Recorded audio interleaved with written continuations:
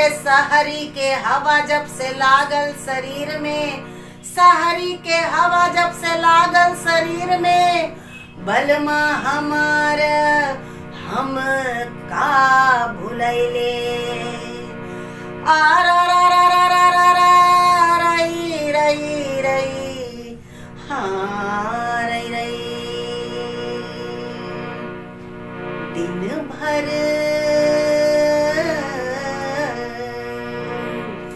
दिन भर चाहे जहाँ रही हो हमार पिया, दिन भर चाहे जहाँ रही हो हमार पिया, दिन भर चाहे जहाँ रही हो हमार पिया। रात के घरा चले आइयो हमार पिया, रात के घरा चले आइयो हमार पिया।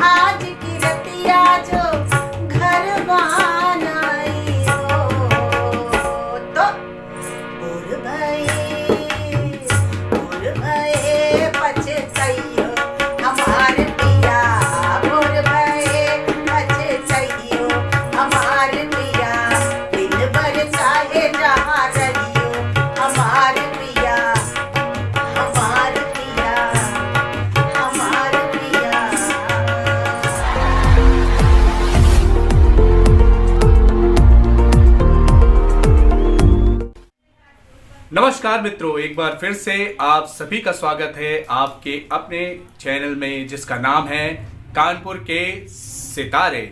जी हाँ मित्रों, आज हम मिलवाने वाले हैं आपको कानपुर की एक ऐसी हस्ती से जो है लोक गायिका। प्रेम हवा है धीमी धीमी, प्रेम हवा है धीमी धीमी, हाय प्रेम की बत्तियाँ है मीठी मीठी, प्रेम की बत्तियाँ है मीठी मीठी। दुखवा अपना मैं न कहूँगी, दुखवा अपना मैं न कहूँगी, एक नजर बस एक मरूँगी, मुझे बिना लगे ना मोरा जिया। बरसन लागी, हाँ बरसन लागी, बरसन लागी सबन भुलिया राजा, मुझे बिना लगे ना मोरा जिया, मुझे बिना लगे ना मोरा जिया। नमस्कार, मैं लोक गायिका कविता गुप्ता। कानपुर सितारे चैनल के माध्यम से मैं अपने मन की बात कहने आई हूँ।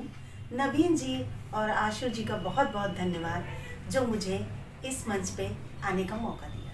कविता जी, एक बार फिर से बहुत बहुत स्वागत है आपका आपके अपने शो में जिसका नाम है कानपुर के सितारे। तो कैसा महसूस करी कविता जी आप इस शो का हिस्सा बनकर?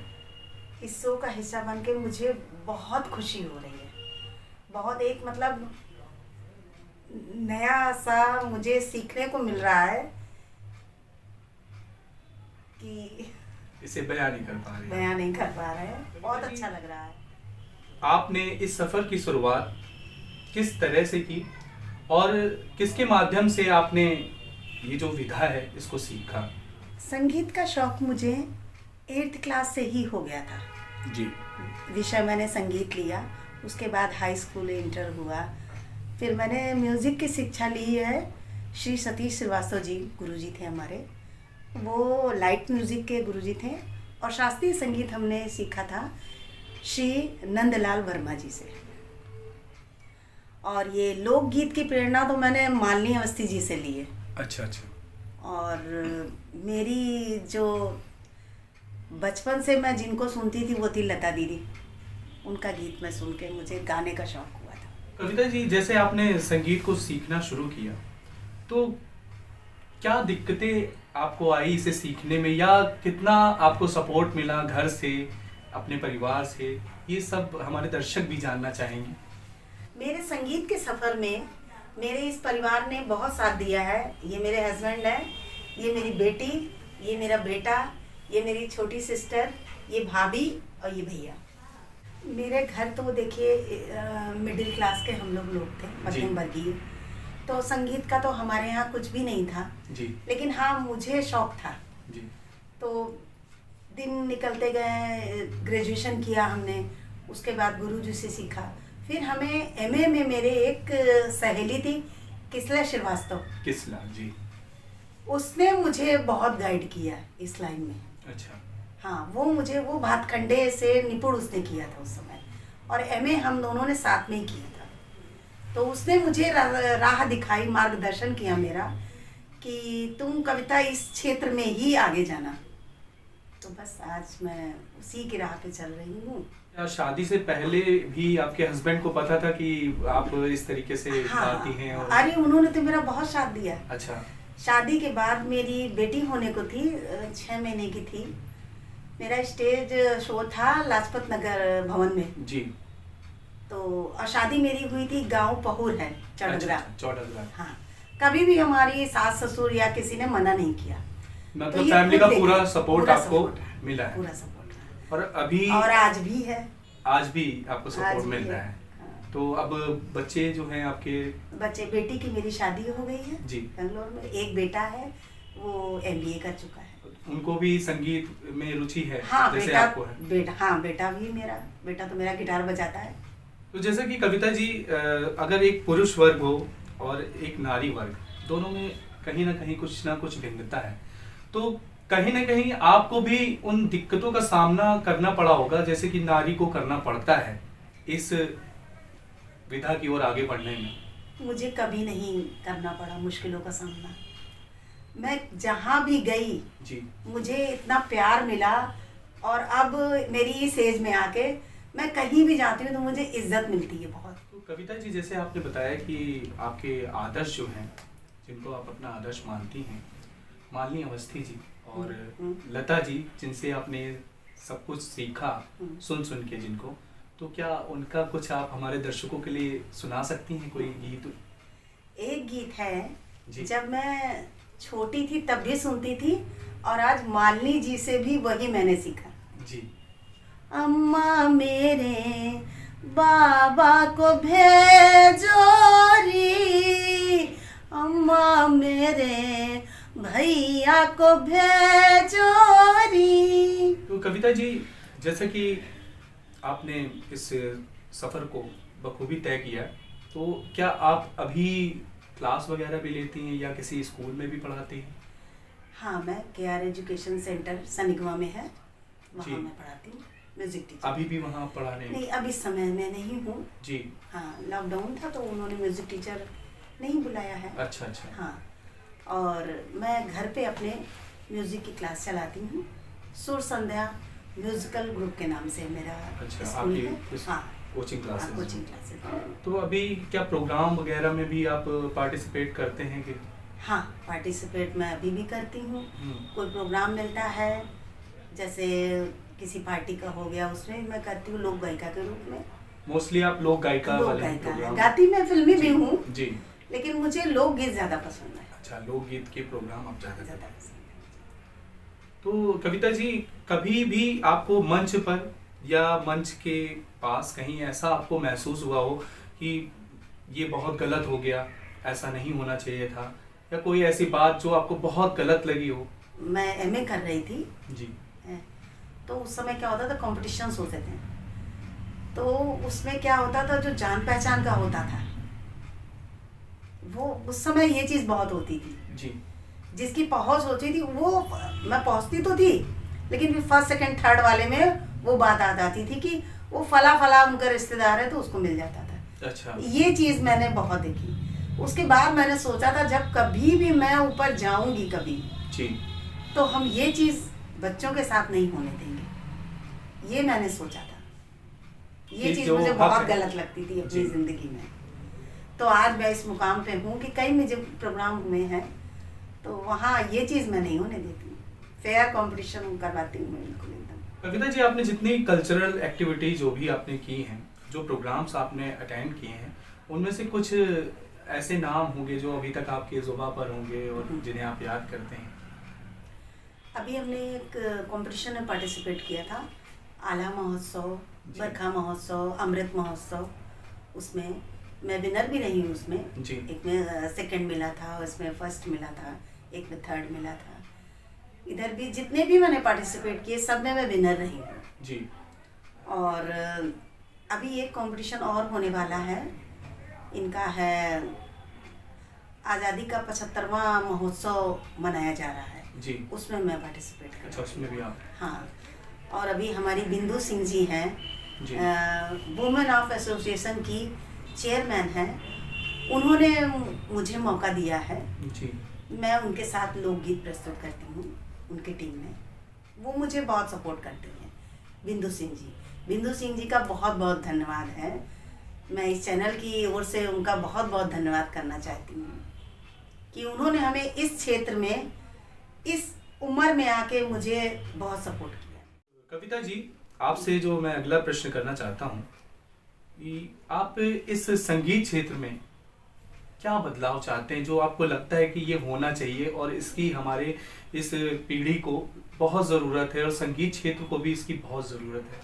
नवीन जी, मैं आजकल के युवा पीढ़ियों से ये चाहती हूँ बदलाव, कि जो संगीत तो सीखते हैं लेकिन क्या होता है, अपने जल्दी पैसों के या अच्छा कमाने के, ऊंचा जाने के चक्कर में वो इधर उधर की संगीत अपशब्द वाले गीत गाते रहते हैं। हमारी लोक संस्कृति बिल्कुल लुप्त होती जा रही है जी। मेरा कहने का मतलब ये है कि लोक संस्कृति वाले गीत, मतलब लोक गीत की तरफ हमारे विद्यार्थी या हमारे छात्र जाएं, समझे उस चीज़ को। लोकगीत में भी बहुत स्कोप है। हमारी देखिए मालिनी जी हैं, लोकगीत में कितने गाने हैं। तो हमारा कहना यही है, आज की पीढ़ी से बदलाव यही है संगीत से, कि लोकगीत या लोक संस्कृति वाले गीतों की तरफ जाएं और हमारे संगीत को बचाएं। कविता जी, जो हमारे युवा वर्ग हैं जो अभी इस प्रोग्राम को देख भी रहे होंगे, तो अगर वो आपसे सीखना चाहें तो वो किस तरीके से ये लोक संगीत सीख सकते हैं, या कहाँ पर उनको आना होगा जिससे उन्हें ये विद्या प्राप्त हो सके? मैं ऑनलाइन भी सिखा सकती हूँ यदि कोई सीखना चाहता है जी। और मैं रहती हूँ तिरंगा चौराहा रामा देवी में और मेरा घर है यहाँ पर, तो बच्चे यहाँ भी आके सीख सकते हैं मुझसे। जो एकेडमी आपकी है तो हाँ, वो किस नाम से है? मेरी एकेडमी है सुर संध्या म्यूजिकल ग्रुप के नाम से है जी। अगर आपसे संपर्क करना हो तो? हाँ, मेरा नंबर है, कॉन्टेक्ट नंबर है 8765908842।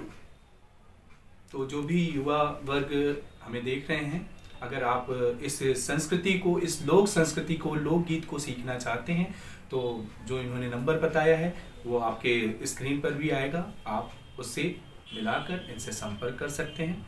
और कविता जी, आगे चलने से पहले एक जो प्रश्न मैं आपसे पूछना चाहूँगा कि हम इस शो के माध्यम से ऐसी कोई मन की बात जो अभी तक आपके मन में है, आपने किसी से कही नहीं है, और इस शो के माध्यम से आप कहना चाहें, ऐसी आपके मन की बात?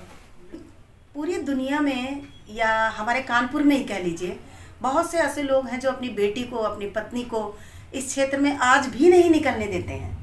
तो मेरा उनसे बहुत विनम्र निवेदन है कि उनको निकलने दीजिए, उनको सीखने दीजिए, उनको गाने दीजिए।